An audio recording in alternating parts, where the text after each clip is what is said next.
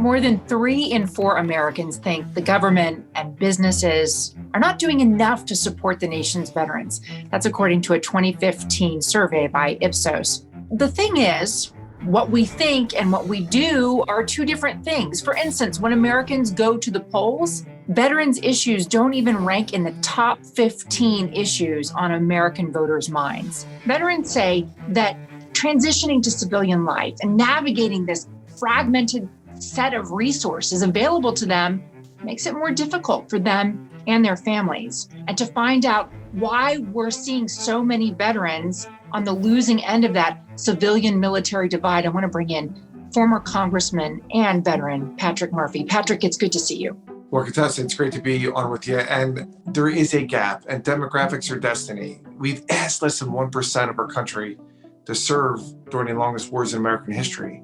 And that has created the civilian-military divide in our country that we need that 99% to step up and help be part of that solution. A lot of people don't have the advantage of the firsthand experience that you and I have with the military, your service, and I'm the daughter of Air Force veterans. Do you think that there are misconceptions about veterans, the services that are available to them, the opportunities and the support they're getting? We have about 250,000 active service members every year that become veterans. And we need to make sure that transition back into societies, back into our communities is as smooth as possible.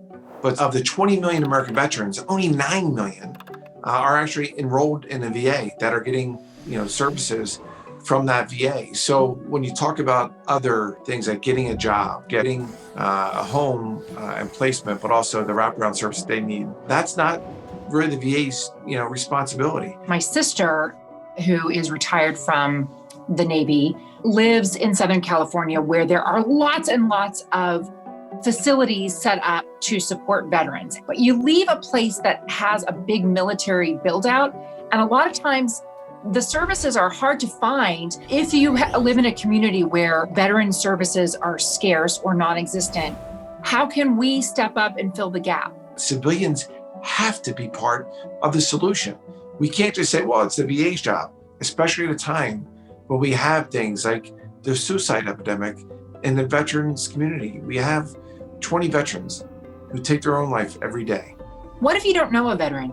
Volunteer at the local VA, volunteer for one of the veteran service organizations, and there's many that are out there, especially at a time when they're probably most in need during that transition period. If you don't know a veteran and you don't know a veterans organization, how do you find out about it? That's a great thing called Google. They're going to be in every part and every community across America, but it does take initiative. If you're in a position to hire in your community, what would you say to people who need workers and then veterans who need jobs? That veterans are civic assets, that veterans are more likely to be employed than civilians. They're more likely to start a small business and for that small business to be successful than civilians because they know all about teamwork and initiative. Some of the most global iconic brands were started by veterans.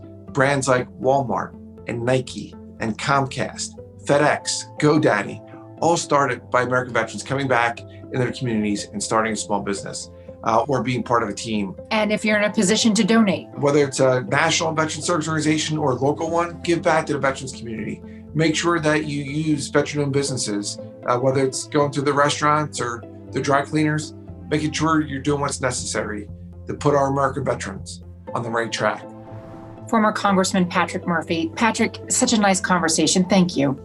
Contessa, thanks so much for all that you've done for our military families. I know you come from one, and what you do for CNBC and elsewhere. It's pretty awesome. It's great to be with you today.